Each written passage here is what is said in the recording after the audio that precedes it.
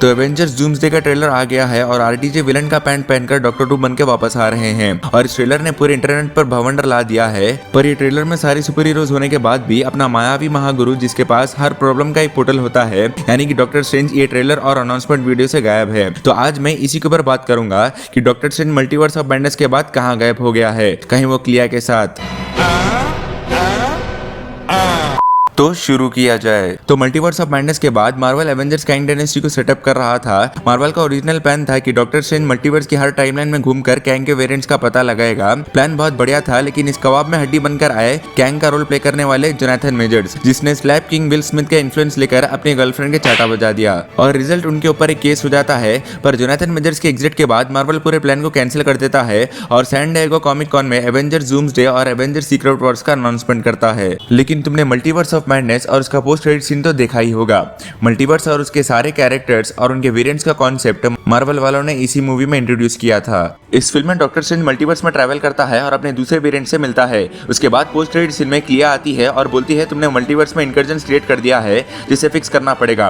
तो doctor strange अपनी तीसरी आंख खोलता है और पोर्टल्स में जंप मार देता है। अब इंकर्जन का मतलब यह है कि मल्टीवर्स ट्रैवल की वजह से जब दो यूनिवर्स एक दूसरे से कोलाइड होते हैं तब एक इंकर्जन फॉर्म हो जाता है। तो मल्टीवर्स ऑफ मैडनेस मूवी के इवेंट्स बहुत ज्यादा इंपॉर्टेंट है एवेंजर्स डूम्सडे मूवी के लिए, क्योंकि मूवी की एंडिंग में इंकर्जन क्रिएट होता है और उसकी वजह से फैंटास्टिक फोर का पुराने यूनिवर्स का डॉक्टर डूम अपने अर्थ 616 में आ जाता है। पर तुम डॉक्टर स्ट्रेंज का कैरेक्टर आर्क देखो। पहली फिल्म में वो I am a doctor I save lives कहता है, एंड गेम में 14 करोड़ में से एक पॉसिबिलिटी कहता है, फिर नो वे होम मूवी में एक बच्चे के कहने पर पूरा मल्टीवर्स खराब कर देता है और अब क्लिया के पीछे बिना इंश्योरेंस के इंकर्जन्स में कूद गया है कुछ जरूरी काम के लिए।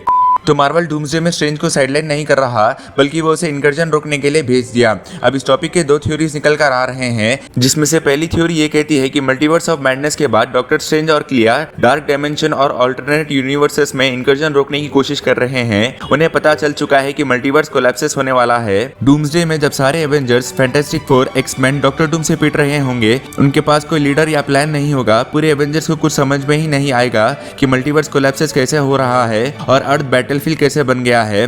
डॉक्टर डूम इसका फायदा उठाएगा और बैटलफील्ड में उसको रोकना काफी मुश्किल होगा। तो जब डूम्सडे मूवी के एंड में मल्टीवर्स पूरी तरह से डिस्ट्रॉय होने की कगार पर रहेगा, तब सीक्रेट वॉर्स में डॉक्टर स्टीफन स्ट्रेंज वापस आएगा, लेकिन आम विजार्ड बन के नहीं, बल्कि ये स्ट्रेंज बन चुका होगा ब्लैक प्रीस्ट का लीडर, या फिर उसने मल्टीवर्स के सबसे डार्क मैजिकल आर्ट्स को सीख लिया होगा। उसका अच्छा खासा कैरेक्टर डेवलपमेंट हो जाता है। वो सीक्रेट वॉर्स का सेंट्रल लीड रोल प्ले कर सकता है, जो द सेवियर बनकर आएगा।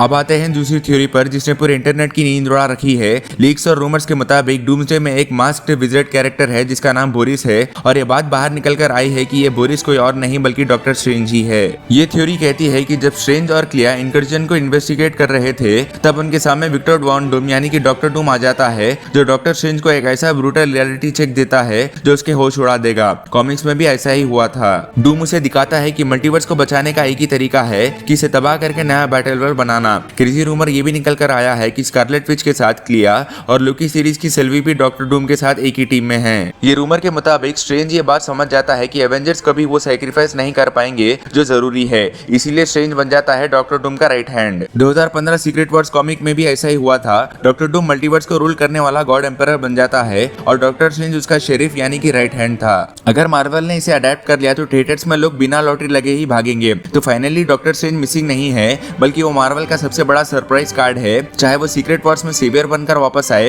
या फिर डूम्सडे में डॉक्टर डूम का राइट हैंड बनकर एवेंजर्स की बात लगाए, जो भी हो, बट डॉक्टर स्ट्रेंज रिटर्न करने वाला है। So that's it for this video. तुम्हें क्या लगता है अपना ओपिनियन कमेंट में बताना, और ऐसे ही वीडियोस के लिए वीडियो को लाइक करना और मेरे जोक्स अच्छे लगे हो तो चैनल को सब्सक्राइब करना मत भूलना।